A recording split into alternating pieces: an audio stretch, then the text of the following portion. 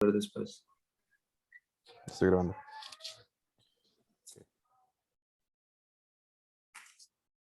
Bueno, buenas noches, profesor. El tema que nos tocó es la recesión golpea de forma severa a América Latina durante la pandemia, las expectativas presentes y futuras.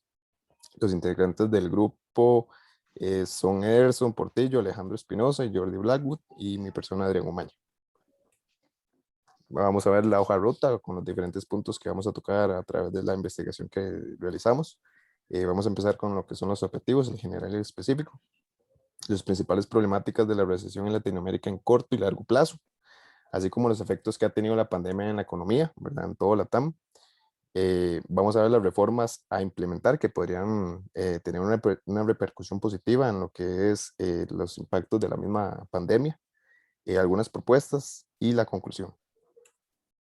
Con respecto al objetivo general, planteamos identificar los principales factores macroeconómicos que han provocado que la región latinoamericana se vea afectada por la recesión económica en tiempos de pandemia. Con respecto a los tres específicos, fue determinar los factores que han acelerado ese proceso, ¿verdad? En la recesión de la economía. Fue descubrir cuáles son los principales impactos, ¿verdad? Que va a tener esta recesión en la calidad de vida de las personas, y desarrollar un conjunto de propuestas que puedan ayudar a disminuir el impacto de la recesión, así como las medidas que permitan una reactivación económica pronta, que es lo que se está buscando a nivel mundial. Entre las principales problemáticas de la TAM, podemos ver que Latinoamérica va a estar representada, que va a presentar un menor crecimiento económico, alrededor de un menos 5.3. Esto se plantea, ¿verdad? Con respecto a lo que se ha venido dando con respecto a la pandemia, las vacunas, ¿verdad? Cómo se ha desarrollado en sí la pandemia, ya sea en un ámbito negativo o positivo.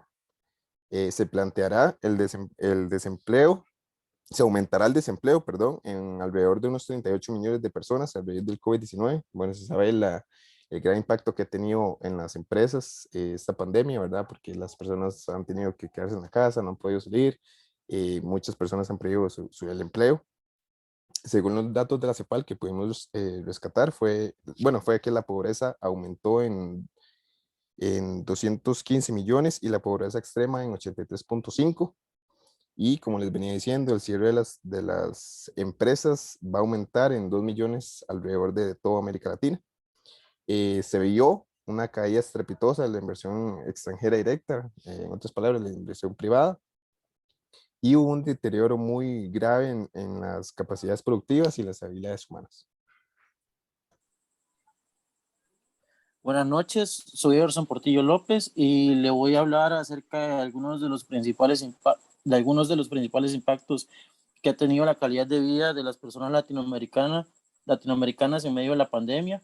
Algunos de ellos son la variación del Producto Interno Bruto y de empleo, variación en la tasa de ocupación de los hombres y mujeres, pobreza extrema y desigualdad, fracturación en el sector público, el alto gasto del bolsillo público, dependencia de importaciones de los productos farmacéuticos. En la variación del Producto Interno Bruto y el empleo se puede analizar en la gráfica anterior que América Latina y el Caribe han sido los más afectados durante la pandemia, con un menos 6.8 en la variación del Producto Interno Bruto y con un menos 9.0 con la variación del empleo. Las tasas de ocupación y de participación laboral disminuyeron significativamente en 2020 con un mayor impacto entre las mujeres. La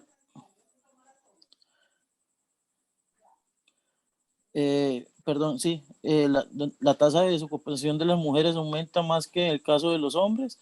Los hombres tienen un menos 8.1% en tasa de ocupación, un menos 5.1% en tasa de participación y un 2.4% en tasa de desocupación. En el caso de las mujeres tienen un menos 10.2% en la tasa de ocupación, menos 4.5% en tasa de participación y un 2.6% en tasa de desocupación, por lo que se concluye que las mujeres son más afectadas en el desempleo durante la pandemia a nivel latinoamericano. Siguiente, por favor.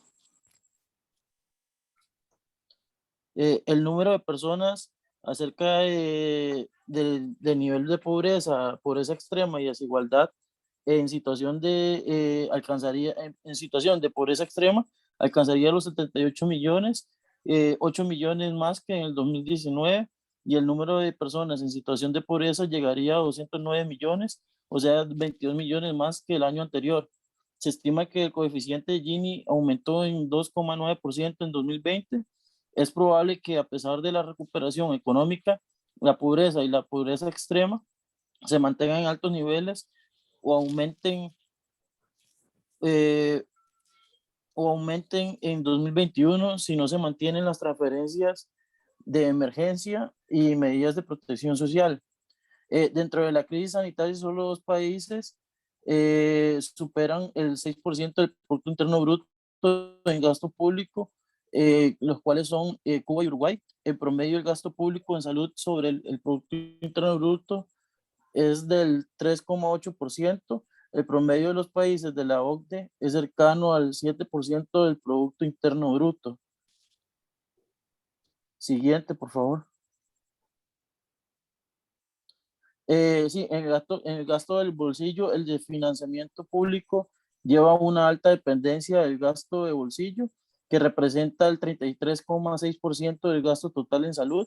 El gasto de bolsillo en salud de los países de la OCDE es 21% del gasto total en salud. El gasto de bolsillo genera problemas de acceso a la salud y también pobreza y desigualdad.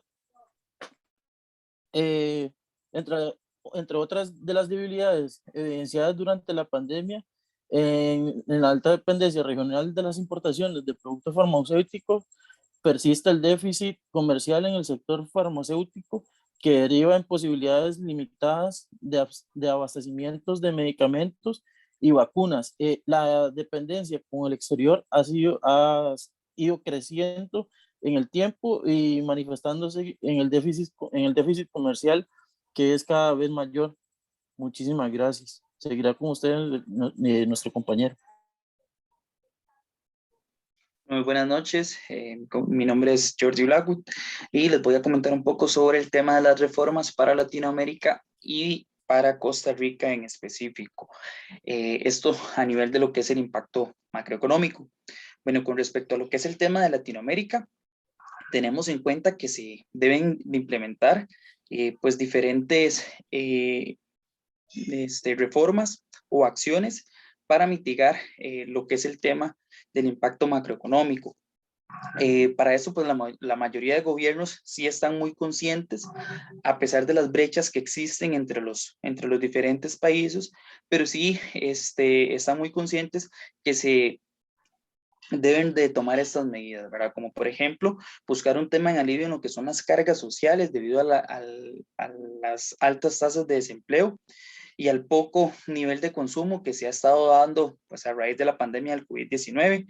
También el tema de que las empresas han reducido en gran parte sus ingresos, por lo cual las cargas sociales que pagan las empresas han hecho que se vean reducidas. ¿Por qué? Porque las empresas tener menos ingresos son menos lo que perciben el Estado, por decirlo así, y esto pues hace que las economías de los países se vean complicadas. También esto incrementa el costo para lo que son los propietarios de las empresas, ¿verdad? El tema de las cargas sociales. Y por eso los gobiernos buscan la forma en la cual puedan generar algún tipo de alivio de todo esto lo que sufren las empresas para ir generando un poco de lo que es la reactivación económica paso a paso. De igual manera también se plantea lo que es la reducción en las tasas de interés en los créditos, esto con el fin de poder impulsar la disponibilidad de recursos para que puedan permitir a las empresas poder seguir operando, adicional, ¿verdad? Pues que puedan obtener financiamiento para poder invertir y volver a retomar paulatinamente lo que era el nivel que traían antes de la pandemia, ¿verdad? Bueno, con respecto a lo que es Costa Rica, ¿verdad? Vemos diferentes reformas que creemos que son necesarias, una dentro de las cuales podemos identificar la reducción del gasto público, impulsar la inversión extranjera directa, mejorar el sistema de recaudación fiscal, generar capacitación al sector productivo y adicional un mejoramiento en el sistema logístico nacional. Para tocar un poco lo que es el tema, vamos a mencionar que la CONACYT considera que se deben hacer ajustes temporales a la normativa prudencial con el fin de ampliar el espacio para la recaudación de lo que son créditos, de forma que los bancos puedan reducir las cuotas de servicio de crédito de sus deudores. También valora lo que es la reducción de provisiones contracíclicas para permitir una mayor ampliación del crédito en esta coyuntura.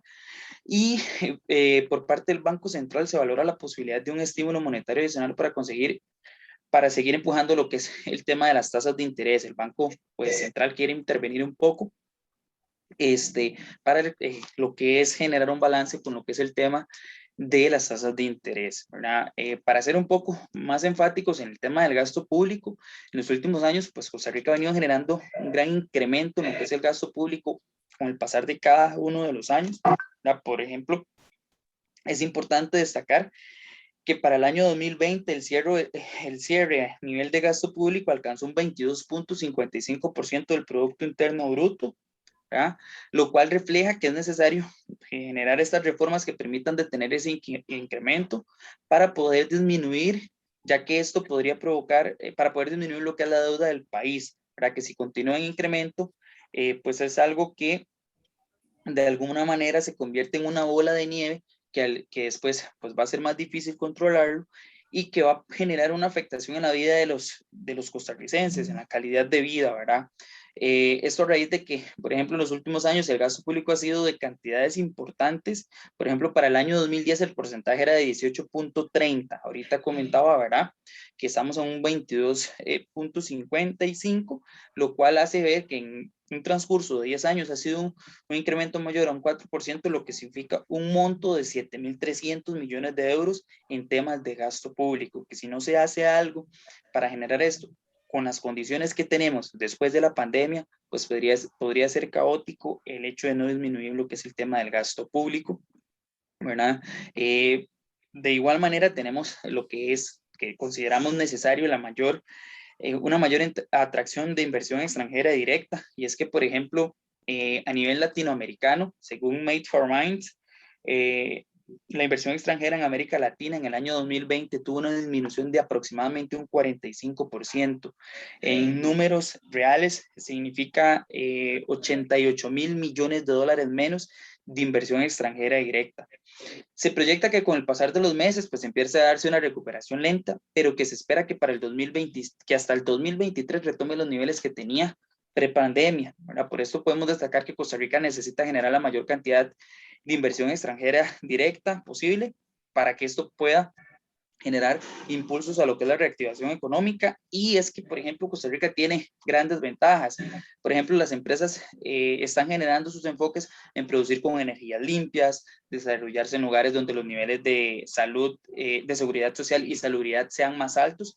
Y pues con el tema de la pandemia también quedó evidenciado que Costa Rica cuenta con un sistema de salud de los mejores a nivel latinoamericano, y que también podría convertirse en una gran ventaja para nuestro país, ¿verdad? Porque eso pues, podría generar que estas empresas busquen o vuelquen sus ojos hacia Costa Rica con el fin de sacar provecho a los avances que tenemos en temas de salud, tema de energías limpias, ¿verdad? Un país que está proyectado a tener una descarbonización, entonces pues eso sería importante y atractivo para las empresas, ¿verdad? Y esto, ¿qué nos generaría la inversión extranjera directa? Pues un proceso de reactivación económica que genera gran cantidad, porque la inversión extranjera directa genera gran cantidad de empleo, que ayuda a disminuir lo que es la tasa de desempleo que está tan elevada en el país. Con respecto a la mejora en el sistema de recaudación fiscal, Costa Rica hoy en día pues no puede continuar generando un tema de mayor cantidad de impuestos, ya que las cargas impositivas en el país pues son sumamente altas, y a pesar de eso el déficit fiscal sigue siendo alto, ¿verdad? Ese es el problema. ¿Por qué? Porque podemos destacar que el proceso de recaudación fiscal en nuestro país no es el mejor. La evasión fiscal pues tiene números sumamente altos, y pues día a día basta con nosotros ir a una pulpería, a un comercio, donde vemos cómo en muchas ocasiones nos dicen, ok, le hago este precio, pero si no le hago factura electrónica, con factura electrónica tengo que cobrarle el 13%. También vemos cómo en ocasiones grandes compañías pues declaran utilidades en cero, ¿verdad?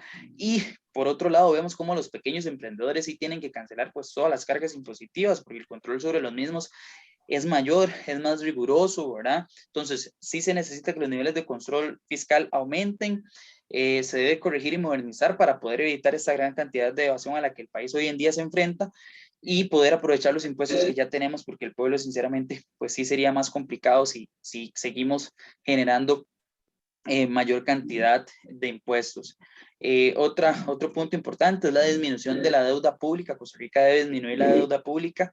Sí o sí, no tenemos otra opción, porque el incremento de este tipo de deuda genera mayores cargas para la población. Para poner un ejemplo y ponerlo un poco más en contexto, si la deuda sigue siendo alta, las tasas de interés tendrán una tendencia a la alza. Esto provoca que menos personas decidan adquirir deuda, por lo cual las inversiones serían menores, ¿verdad? Y los niveles de desempleo pues van a continuar en la alza. ¿Por qué?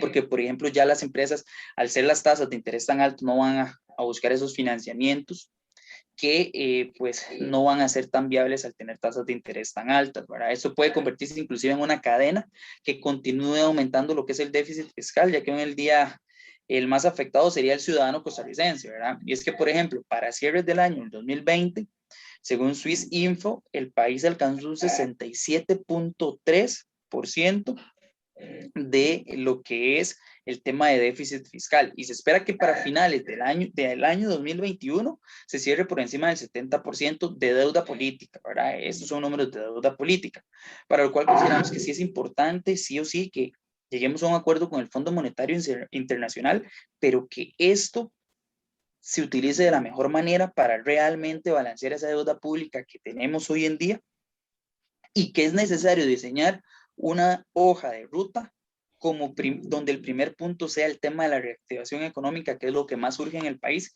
y que hoy en día no vemos este tipo de propuestas, ¿verdad? Entonces, básicamente, eso serían como reformas que tenemos. Por ahí también un tema de que sí es importante generar mayor capacitación al sector productivo. Necesitamos que el sector productivo se entere de las nuevas tendencias de comercio, de cómo es el comercio posterior a lo que es la pandemia, que las tendencias del comercio ya van hacia un tema de un comercio más electrónico, un sistema de comercio en línea, ¿verdad? Todo ese tipo de cosas, pues es importante generar capacitación en el sistema productivo para que en el sector productivo, perdón, para que este sector empiece a generar gran ayuda y gran aporte a lo que es el tema de la reactivación económica y adicional un mejoramiento del sistema logístico nacional que necesitamos sí o sí convertirlo, ya que es un sistema sumamente ambiguo y esto para las empresas, de traer la inversión extranjera directa, pues es sumamente importante renovarlo para que las empresas pues se sientan motivadas a venir a invertir a nuestro país. Continúa mi compañero Alejandro.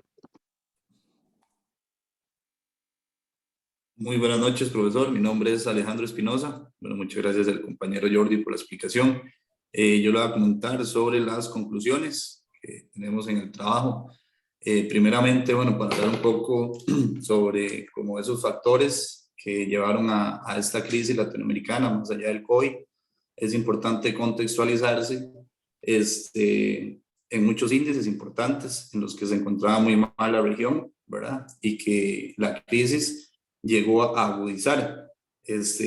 Por ejemplo, bueno, como lo han hablado ya los compañeros anteriormente, el desempleo, la delincuencia, desigualdad, pobreza, deserción escolar, por nombrar algunos. Y aquí, bueno, tenemos dos gráficos que también nos ayudan a entender cómo la ha pasado en Latinoamérica o cómo la puede seguir pasando en esta crisis. En uno tenemos la atención médica en las Américas, médico y personal de salud por cada 10.000 habitantes en 2018, 2 años antes de la pandemia. Aquí lo comparamos con América del Norte, Latinoamérica y Cuba, que bueno, Cuba ya sabemos que es un país muy bien ubicado en esta materia, pero sí podemos ver claramente las falencias que tiene Latinoamérica. Esto se reflejó y se ha reflejado bastante en la atención sanitaria, en la respuesta que se ha tenido que trabajar, se ha tenido que improvisar mucho. Entonces sí, al menos en materia de salud ya estábamos mal ubicados. Y el efecto de la pandemia en los bolsillos latinoamericanos, variación de la riqueza promedio por adulto entre 2019 y 2020, donde también vemos cómo bajaron considerablemente en todos los países esos ingresos. Entonces, si unimos estos dos factores, por ejemplo, en la materia de salud y en la parte económica, obviamente genera una crisis bastante aguda que hemos estado viendo y que, bueno, hemos comprendido con todo lo que hemos estudiado e investigado en el trabajo. La otra, Firmina, por favor, compañero. Muchas gracias. Dentro de todo lo que hablábamos anteriormente, todo ya como las reformas técnicas y demás, también vemos como una excelente salida, o al menos como una gran ayuda para la región y para el país principalmente, la importancia de la cooperación internacional en la pospandemia. Y durante pandemia también hemos visto grandes esfuerzos de la parte en salud y de la parte política por conseguir, por ejemplo, Estados Unidos, que nos ha brindado miles de vacunas, o incluso a menor escala El Salvador, que también nos ayudó con muchas decenas de camas UCI, que se han utilizado durante y ahorita también. Este tipo de cooperaciones, sur-sur, norte-sur, definitivamente se deberían de ir incentivando el intercambio de buenas prácticas institucionales, de buenas políticas públicas, que se habiliten más foros. Ya sabemos de por sí que siempre que la humanidad la pasa mal, una guerra, alguna catástrofe climática, por ejemplo, la solidaridad y la cooperación es lo único que nos puede sacar adelante, y este caso no es la excepción, al contrario, más que nunca la globalización, la digitalización y lo unidos que estamos nos hace ser más, necesitar más esa cooperación ahora. Entonces sí vemos como muy importante este espacio y esta estrategia, sabiendo que existen muchos mecanismos y muchas herramientas que nos pueden ayudar a crecer como región. La otra, Firmina, por favor. Y bueno, también vemos, como lo hablaba ahora el compañero Jordi, hemos visto muchas nuevas tendencias tecnológicas, laborales, económicas, sociales, donde cuando ya sabíamos que estaba llegando, que ya había llegado la cuarta revolución industrial, la pandemia llegó como a ser ese punto de quiebre y adelantarse por completo, para bien o para mal en muchos temas, siendo sinceros. El teletrabajo, por ejemplo, el comercio electrónico, los pedidos a domicilio, son muchos aspectos que ahora ya llegaron para quedarse y que pueden definitivamente transformar la economía. Es ahí donde la necesidad de Latinoamérica y del país en montarse como en este tren, ¿verdad? No quedarse atrás, como ha sido usual en las últimas décadas para la región. Y es importante ya como ir redireccionando esta economía que estaba más basada en la región, en venta de productos agrícolas, venta de productos primarios, ¿verdad? En recursos naturales, donde estamos bien dañando los suelos, a una economía donde ya le demos valor agregado a los productos, a los servicios, donde ya podamos aprovechar nuestros recursos naturales para otro tipo de iniciativas, donde podamos también ser una sociedad más sostenible y digitalizada, donde le demos más educación a las personas, donde lleguemos más a todos los lugares, y que también esto obviamente nos ayuda a conseguir inversión extranjera y que los ojos del mundo ya se pongan un poco más en la región. Entonces es bueno obviamente aprovechar este punto de quiebre, aunque sí el panorama es muy difícil, pero yo creo que juntos y con políticas eficientes y líderes positivos podemos salir adelante. Muchas gracias. Eso sería todo, profesor.